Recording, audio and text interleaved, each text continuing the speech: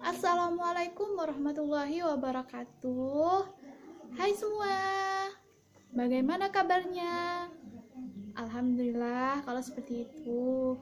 Nah, pada kesempatan kali ini saya akan menjelaskan tentang sel pada makhluk hidup, khususnya pada hewan seperti ini. Tapi sebelum itu, mohon izin untuk memperkenalkan diri terlebih dahulu. Perkenalkan, nama saya Dina Wahidatun Nur Soleha. Saya dari kelas 4B, NIM 045, Program Studi Pendidikan Ilmu Pengetahuan Alam, Fakultas Ilmu Pendidikan, Universitas Trunojoyo, Madura. Nah, sudah saya sampaikan tadi bahwasanya pada kesempatan kali ini saya akan menjelaskan tentang struktur sel pada makhluk hidup, khususnya pada sel hewan. Namun, sebelum saya masuk ke penjelasan tentang sel hewan, terlebih dahulu saya akan menjelaskan tentang sistem organisasi kehidupan pada makhluk hidup. Di dalam ruang lingkup biologi, sistem organisasi kehidupan makhluk hidup terdiri dari beberapa tingkatan, di mana tingkatan tersebut mulai dari yang paling sederhana sampai yang paling kompleks, di mana tingkatan-tingkatan tersebut memiliki ciri khasnya tersendiri. Tingkatan tersebut dimulai dari molekul, sel, jaringan, organ, sistem organ, organisme, individu, populasi, komunitas, ekosistem, bioma, dan biosfer. Untuk lebih jelasnya akan saya jelaskan tentang tingkatan-tingkatan tersebut. Oke, langsung saja. Tingkatan yang pertama yaitu organisasi kehidupan tingkat molekul. Molekul merupakan partikel-partikel penyusun organisme yang dibangun oleh atom-atom. Pada umumnya, tubuh organisme mengandung molekul yang tersusun dari atom karbon, hidrogen, oksigen, dan nitrogen. Organisasi kehidupan tingkat molekul ini mempelajari berbagai makromolekul seperti karbohidrat, protein, lipid, asam nukleat seperti DNA dan RNA.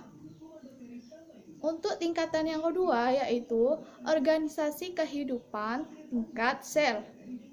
Sel merupakan unit struktural dan fungsional terkecil pada makhluk hidup, di mana di setiap tubuh makhluk hidup tersusun oleh sel.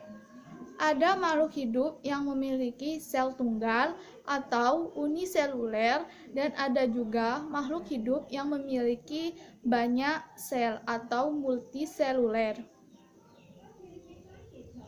Sel mampu melakukan semua aktivitas kehidupan dan reaksi kimia, di mana hal tersebut bertujuan untuk mempertahankan kehidupan yang berlangsung di dalam sel. Untuk tingkat organisasi kehidupan yang ketiga yaitu organisasi kehidupan tingkat jaringan. Jaringan adalah kumpulan sel yang memiliki bentuk dan fungsi yang sama. Pada makhluk hidup terdapat berbagai macam jaringan, seperti jaringan pada hewan, yang dibedakan berdasarkan jaringan epitel, jaringan ikat seperti jaringan ikat padat, ikat longgar, tulang, darah, dan limfa. Kemudian jaringan otot dan jaringan saraf. Dan tingkatan yang keempat yaitu organisasi kehidupan tingkat organ. Organ merupakan kumpulan dari berbagai jaringan yang melakukan fungsi tertentu yang disebut dengan organ. Tubuh makhluk hidup tersusun dari berbagai organ. di mana macam-macam organ tersebut misalnya seperti organ jantung, organ otak, organ ginjal, dan lain sebagainya. Tingkatan organisasi kehidupan yang kelima yaitu organisasi kehidupan tingkat sistem organ. Di dalam tubuh makhluk hidup, organ-organ yang berbeda tersebut akan berkumpul membentuk suatu sistem yang disebut sistem organ. Oke, selanjutnya yaitu tingkatan organisasi kehidupan yang keenam, yaitu organisasi kehidupan tingkat individu. Organisme atau individu merupakan makhluk hidup tunggal. Contohnya seperti seekor kelinci, seekor buaya, sebatang pohon, seperti sebatang pohon kelapa, dan lain sebagainya. Kemudian selanjutnya, tingkat organisasi kehidupan yang ketujuh yaitu populasi. Populasi itu sendiri merupakan kumpulan dari individu dari satu spesies yang berinteraksi dan hidup di wilayah tertentu. Contohnya seperti sekumpulan semut yang terdapat pada batang pohon. Organisasi kehidupan tingkat yang ke-8 yaitu tingkat komunitas. Komunitas itu sendiri merupakan kumpulan populasi dan dari berbagai spesies yang saling berinteraksi dan hidup di area tertentu dalam kurun di mana hal tersebut dilakukan dalam kurun waktu yang sama. Contohnya, berbagai jenis populasi ikan yang hidup di laut. Kemudian selanjutnya yaitu organisasi kehidupan tingkat ekosistem. Nah, untuk organisasi kehidupan tingkat ekosistem ini merupakan seluruh komunitas beserta lingkungan fisik atau abiotik yang saling berinteraksi dapat dikatakan sebagai ekosistem, di mana di dalam ekosistem organisasi kehidupan berlangsung sangat kompleks atau lengkap. Kemudian selanjutnya yaitu organisasi kehidupan tingkat bioma. Bioma merupakan satuan daerah daratan yang luas yang ada di bumi yang bercirikan sejenis tumbuhan yang lebih dominan di daerah tersebut. Contohnya bioma gurun, bioma taiga, bioma hutan hujan tropis, dan bioma tundra. Dan tingkatan yang terakhir yaitu organisasi kehidupan tingkat biosfer, di mana keseluruhan bioma atau seluruh organisme di bumi beserta tempat yang meliputi yang hidup, keseluruhan bioma atau seluruh organisme yang ada di bumi beserta tempat tinggalnya yang meliputi atmosfer, hidrosfer, dan litosfer disebut dengan biosfer. Nah, pada sebelumnya telah dibahas bahwasanya salah satu tingkatan dari organisasi kehidupan yaitu tingkat sel. Nah, di mana salah satunya yaitu adalah sel hewan. Seperti ini. Sel hewan itu sendiri merupakan sel eukariotik yang menyusun sel jaringan pada sel hewan. Sel hewan hanya memiliki vakuola yang lebih kecil dan tidak memiliki kloroplas dan dinding sel. Sel hewan menghasilkan berbagai macam variasi bentuk karena tidak memiliki dinding sel yang keras. Oke, langsung saja. Untuk struktur yang pertama yaitu membran sel. Nah, ini dia. Yang ada garis-garis biru itu adalah membran sel. garis biru. Membran sel adalah pembungkus sel pada bagian luar yang tersusun dari protein, kolesterol, dan lemak. Fungsi dari organel membran sel ini yaitu untuk mengatur keluar masuk nutrisi dan mineral. Kemudian, sebagai pembungkus atau pelindung sel, menerima rangsangan dari luar serta untuk tempat berlangsungnya berbagai reaksi kimia.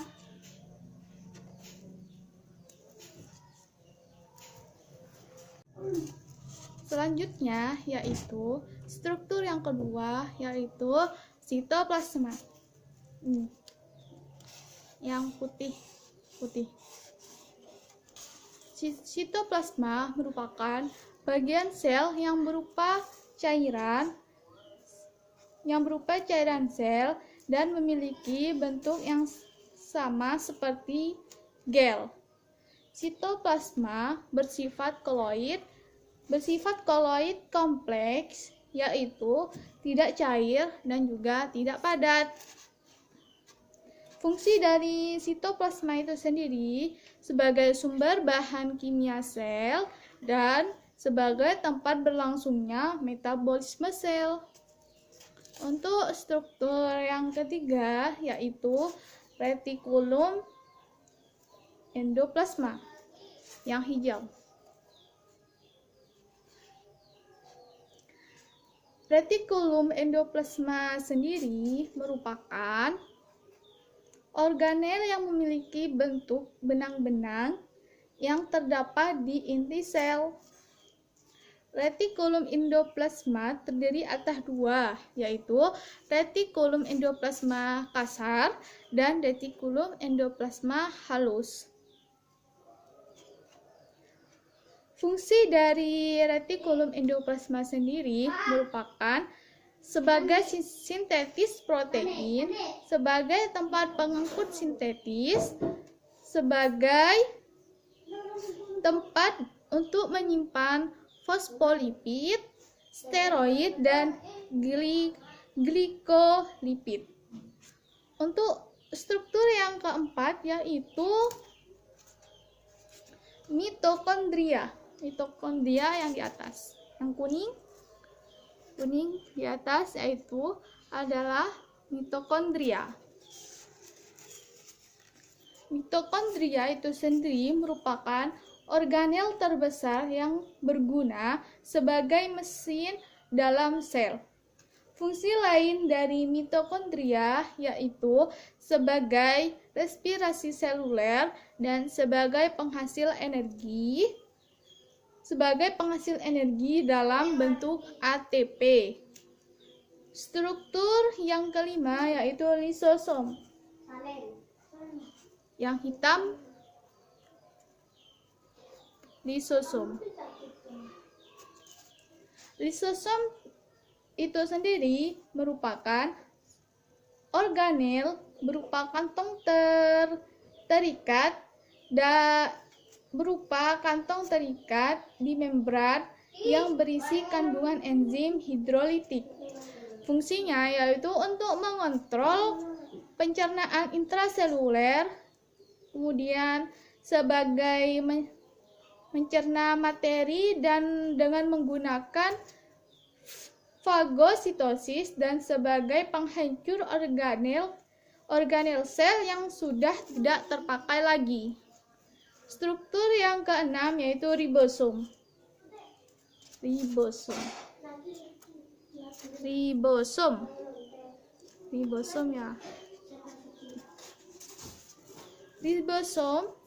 Ribosom ini merupakan organel sel yang memiliki tekstur padat dan kecil dengan ukuran diameter 20. Ribosom bekerja sebagai penerjemah RNA untuk membentuk rantai polipeptida dengan menggunakan asam amino pada saat proses translasi. Ribosom memiliki fungsi sebagai tempat berlangsungnya proses sintesis protein. Struktur yang selanjutnya yaitu badan Golgi. Yang panjang-panjang seperti berwarna pink ini adalah badan Golgi.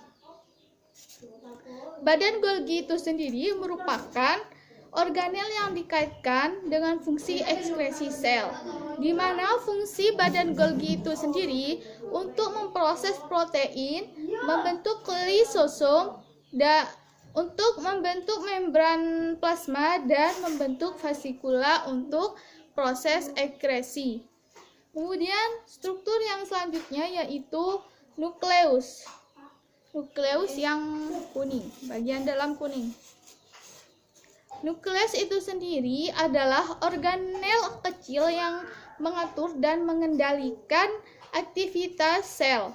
Fungsi dari nukleus ini sendiri yaitu sebagai tempat terjadinya replikasi, kemudian untuk menyimpan informasi genetik, selanjutnya untuk menjaga integritas gen, untuk mengendalikan proses metabolisme di dalam sel, kemudian untuk mengontrol aktivitas sel dengan mengelola ekspresi gen.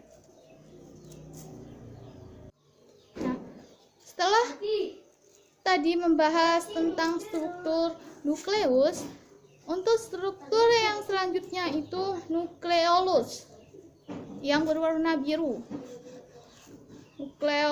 Nukleolus berada di dalam nukleus. Nukleolus itu sendiri adalah organel yang terdapat di dalam inti sel atau nukleus. Organel ini bertanggung jawab dalam pembentukan protein menggunakan RNA atau asam ribonukleat. Nah, untuk struktur yang terakhir yaitu vakuola. Vakuola di atas. Vakuola. Nah, vakuola ini merupakan suatu organel sel yang terbungkus oleh selaput atau membran sel terbesar atau ctoplasma.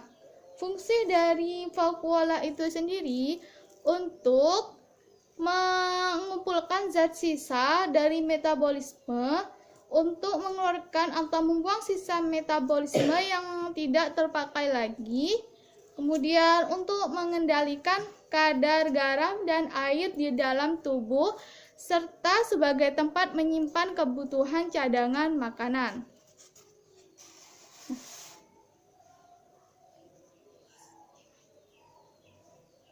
Nah, mungkin itu saja yang dapat saya sampaikan. Semoga ilmu yang saya berikan dapat bermanfaat bagi kalian dan dapat kalian terapkan dalam kehidupan sehari-hari. Saya mohon maaf apabila ada kekurangan, baik itu yang disengaja ataupun yang tidak disengaja. Saya akhiri. Wassalamualaikum warahmatullahi wabarakatuh.